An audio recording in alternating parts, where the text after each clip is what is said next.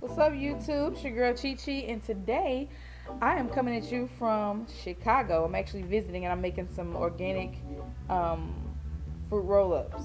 Well, mostly organic. Apple strawberry. So I have. It depends on how big you want to make it, but I'm making a small one, a small batch of it. But I have 5 organic red apples. I have a pack of fresh strawberries, which I'm probably only going to use maybe a handful of those. And like I said before, y'all know I don't measure, I just eyeball stuff, so I don't know, okay? I just make it and I just like it. And then I have some ground cinnamon. First thing we're going to do is, now it's up to you if you want to keep the skin on the apples or not. Of course, it's more nutritious, but I'm used to peeling them off or whatever. So the first thing I'm going to do is wash these apples. I'm going to peel the apples and I'm going to wash the strawberries. And then after that, I'm going to boil it just for a little bit, just to kind of get it soft. Okay, and then while it's boiling, I'm going to put the cinnamon on it, add the strawberries, and then we're going to put it in the blender. Why am I telling you everything I'm going to do? Just watch. Bye. Alright, after everything has been peeled, you want to go in and cut the apple in half first. See that? And then cut the half into another half. And then you want to take the core out. I'll just kind of scoop it out like that, just to try to preserve as much apple as I can.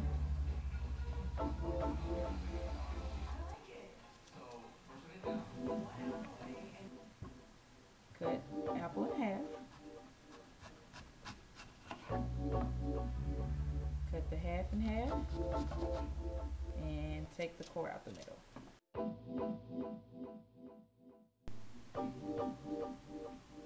Alright, these are the last apples. Like I said, you cut the halves in half like this, and then you put it in a pot with some water. And you're kind of boiling it only maybe like 10 minutes in the pot with water. So after it's done boiling, I will be back.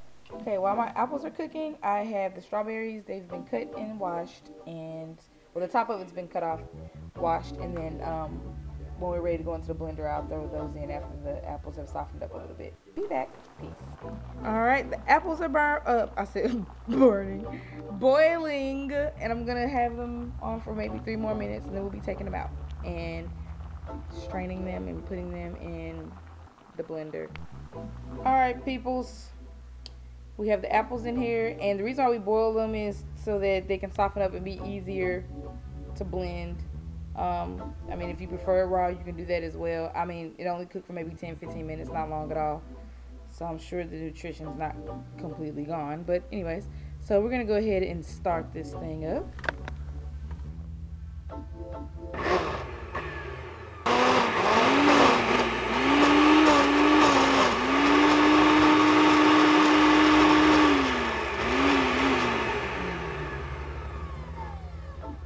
And it's gonna be kind of hard to do because it's not a lot of liquid. You don't want a lot of liquid in there, so you're gonna have to probably stir and smush and probably help it out.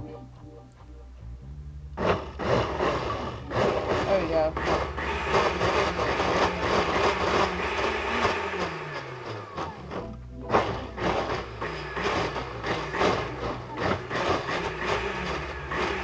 So I'm gonna keep doing this. I'm gonna keep doing this until it gets like almost like applesauce, and then I'll add the strawberries.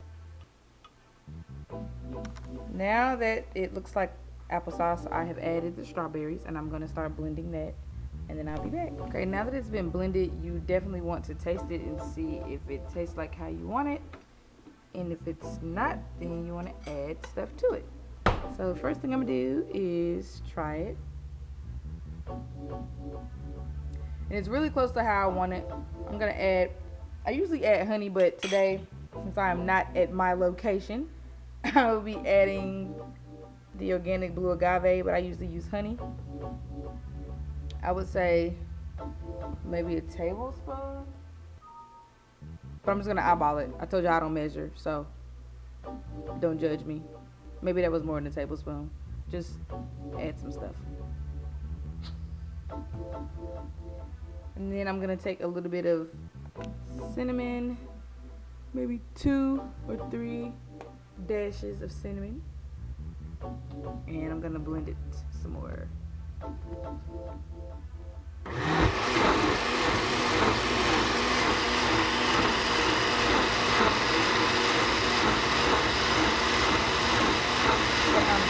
It's been blended and it tastes how I want it to taste. And so next we're going to get a baking sheet, and usually you want to line it with oven safe saran wrap, but I couldn't find any of that in the store, so I'm going to use the parchment paper to line it with. And then after I get finished, I'm going to go and put it on the saran wrap, and I'll show you how I roll it up and stuff. So I'm going to go ahead and line it with that, and then I'll come back when I'm going to pour it on. All right, peace.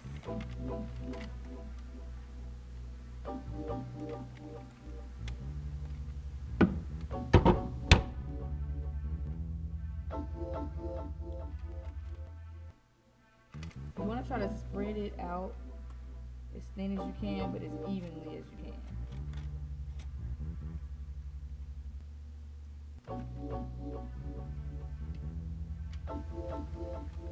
I don't even know how this is going to come off the parchment paper. I really don't, because I've never done it with it. But like I said, every last one that I found today said that it couldn't be used in the oven. So this is going to be trial and error.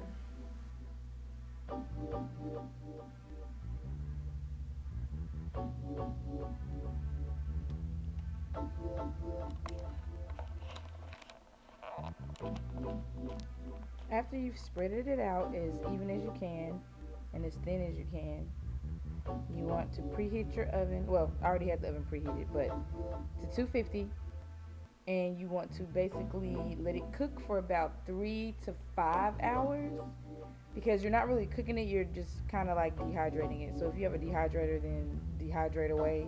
If not, then you're gonna have to do it the oven style way, and it's gonna have to be in there for a couple hours.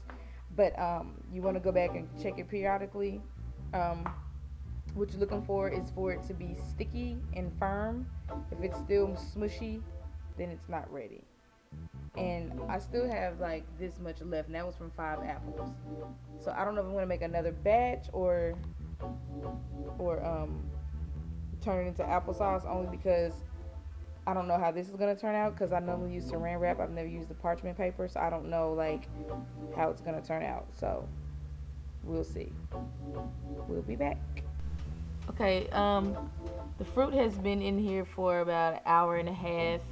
I touched it and it's still mushy. You see my fingerprint right there? You want it to be kind of shiny and sticky and firm. That's what you're looking for. Kind of like a fruit roll-up, yeah. I mean, it's basically what it's going to be. So we're going to go back in, and I will take it out once it's done. I'll let you know how long I had it in there. Okay, it's been like 2.5 hours, and it's pretty much mostly done, but just this part right here that I was testing out, if you can see it's still like mushy.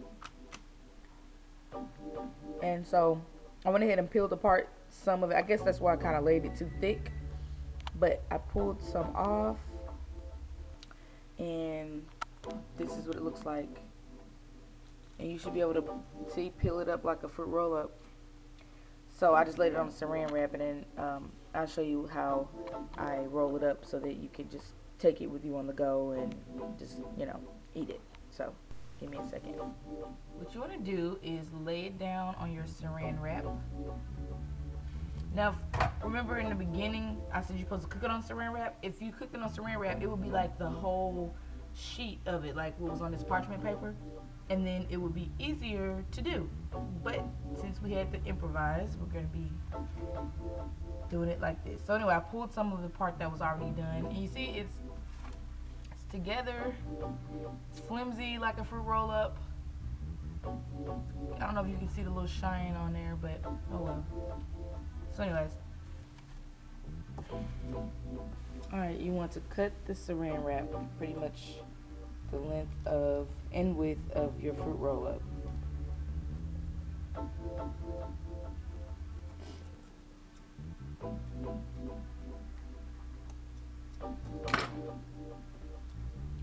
Then all you're gonna do is just take it like this and roll it.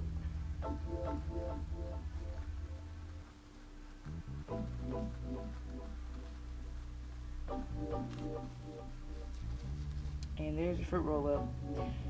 But like I said, if I had oven safe saran wrap, I would have poured it over the top of the saran wrap and dehydrated it in the oven and then cut the strips and rolled it. But like I said, we had to use the parchment paper because I couldn't find any oven safe saran wrap while I was here in Chicago. So that's pretty much what you do. I'm gonna put this back in the oven for a while and let it dehydrate a little more, and then I'll roll up the rest. But that's pretty much how you do your own fruit roll-ups. This is how it would unroll when you're ready to eat. You just pull it, see, and it unrolls. And then when you want to take it off to eat it, just pull it up like that, like a fruit roll-up. That's it.